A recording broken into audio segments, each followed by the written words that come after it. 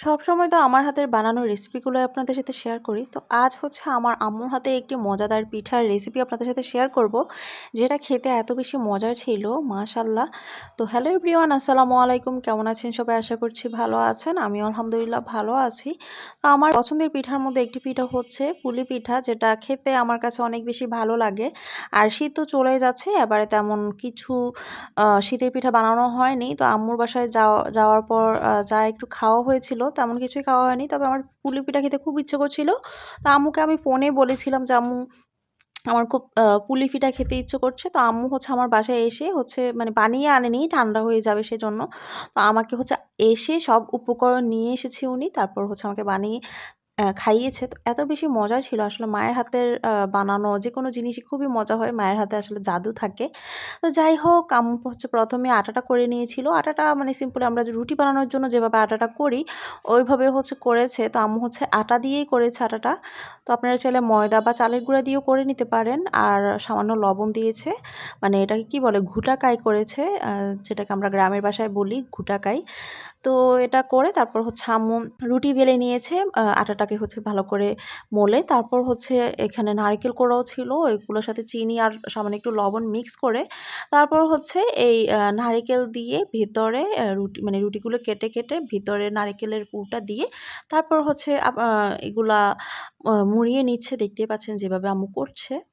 তো এরপর কেটে নিচ্ছে সবগুলো বিভিন্ন সাইজে। তো অনেক বেশি মজার ছিল মাশাআল্লাহ। আর আপনারা চাইলে নারিকেলটাকে একটু ভেজে নিয়ে মানে একটু শিরার মধ্যে নিয়ে তারপর হচ্ছে ভেজে নিয়ে খেতেও কিন্তু অনেক বেশি মজা হয় ঘি দিয়ে।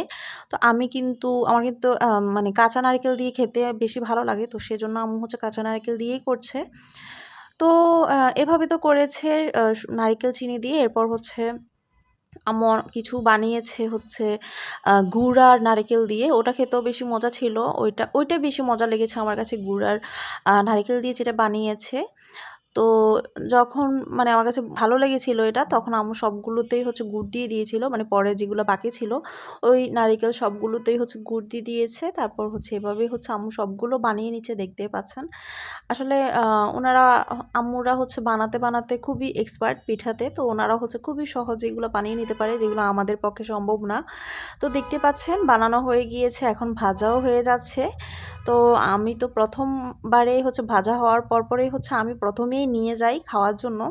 গরম পুলি পিঠা খেতে কিন্তু এই শীতে অনেক বেশি মজা হয়। আপনারা কে এখনো খাননি অবশ্যই কিন্তু কমেন্ট করে জানাবেন। এই শীতে পুলি পিঠা যারা মিস করেছেন তারাও অবশ্যই কমেন্ট করে জানাবেন। আর যারা খেয়েছেন তারাও কিন্তু কমেন্ট করে জানাবেন। আর মায়ের হাতে তো বললাম তো জাদু আছে। তারা তো অনেক অমৃতর মতো করে বানায়। খেতে অনেক বেশি মজা হয়। তো দেখতেই পাচ্ছেন আমি হচ্ছে ১ম ভাজার পরেই আমি নিয়ে এসেছি আমি খাওয়ার জন্য। তো খেয়ে তো আমার কাছে অনেক বেশি ভালো লেগেছে। গরম ধোয়া ওঠা আ পুলি পিঠা। তো অনেকগুলো নারকেল ভিতরে দেখতেই পাচ্ছেন, খেতে কিন্তু অসম্ভব মজার ছিল। আর ভিতরে কিন্তু গুড়ও ছিল। নারিকেলের সাথে গুড় মেখে তারপর হচ্ছে নারকেলগুলো দিয়েছে। তো গুড়েরটাই হচ্ছে আমার কাছে বেশি ভালো লেগেছে। তো আমি তো একসাথে ৪ টাই খেয়ে নিয়েছি।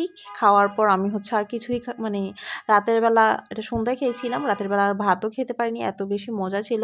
এরপর আমি আরো অনেকগুলো খেয়েছি।